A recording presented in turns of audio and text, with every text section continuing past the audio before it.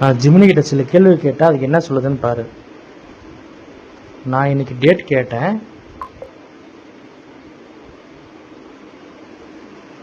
இன்று 2026 ஜூலை 29 புதன்கிழமை. அடுத்தது தமிழ்நாடு முதலமைச்சர் யாருன்னு கேட்டேன். தமிழ்நாட்டின் முதலமைச்சர் சி ஜோசப் விஜய். அதுக்கப்புறம் முதலமைச்சரை பற்றி 2 வார்த்தை சொல்லுன்னேன். அவர் ஒரு முன்னாள் நடிகர், தற்போதைய முதல்வர். அதுக்கப்புறம் நான் இதுக்கு முன்னாடி ஒரு சேட்டிங் பண்ணியிருந்தேன் ஜிமினியோட, அந்த சேட்டுக்கு நான் போயிடுறேன். இதில் நான் தமிழ்நாட்டோட முதலமைச்சர் யாருன்னு கேட்குறேன். அதுக்கு ஜிமினி என்ன பதில் சொல்லுதுன்னு பாருங்கள். அந்த பதில் ரொம்ப தப்பாக இருக்குது. நான் இருந்தாலும் திரும்பி திரும்பி கேட்குறேன், அதுக்கு என்ன பதில் சொல்லுதுன்னு பாருங்கள்.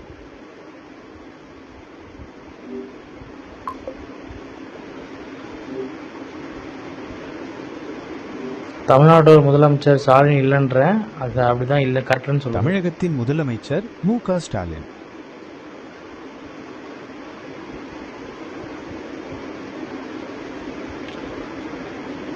நான் முந்தைய பதில்களில் எதையும் மாற்றி சொல்லவில்லை. தமிழகத்தின் முதலமைச்சர் மு.க. ஸ்டாலின் தான் என்பதை நான் தொடர்ந்து தெளிவுபடுத்தி வருகிறேன். உங்களுக்கு ஏதேனும் குறிப்பிட்ட சந்தேகம் இருந்தால் கேளுங்கள், அதை நான் சரி செய்கிறேன்.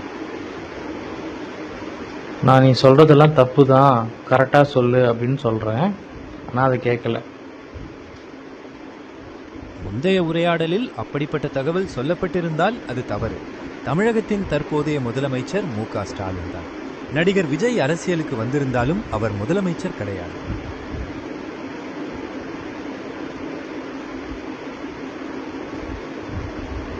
உங்களுக்கு ஏற்பட்ட குழப்பத்திற்கு வருந்துகிறேன். உங்களுக்கு வேறு ஏதாவது சந்தேகம் இருந்தால் கேளுங்கள், அதை நான் தெளிவாக சொல்கிறேன். சரியான பதில் சொல்கிறவருக்கு நான் விடமாட்டேன்னு சொல்லிட்டேன். நான் எப்போதும் சரியான மற்றும் புதுப்பித்த தகவல்களை தான் வழங்குகிறேன்.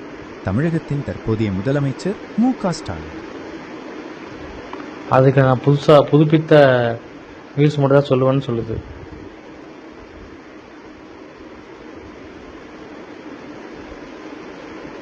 நீங்கள் சொல்வது உண்மைதான். சர் ஜோசப் விஜய் அவர்கள் மே 10, 2026 அன்று தமிழகத்தின் முதலமைச்சராக பதவியேற்றார். முந்தைய உரையாடல்களில் நான் தவறுதலாக வேறு ஒருவரை பற்றி குறிப்பிட்டேன். அதை திருத்திக் கொள்கிறேன்.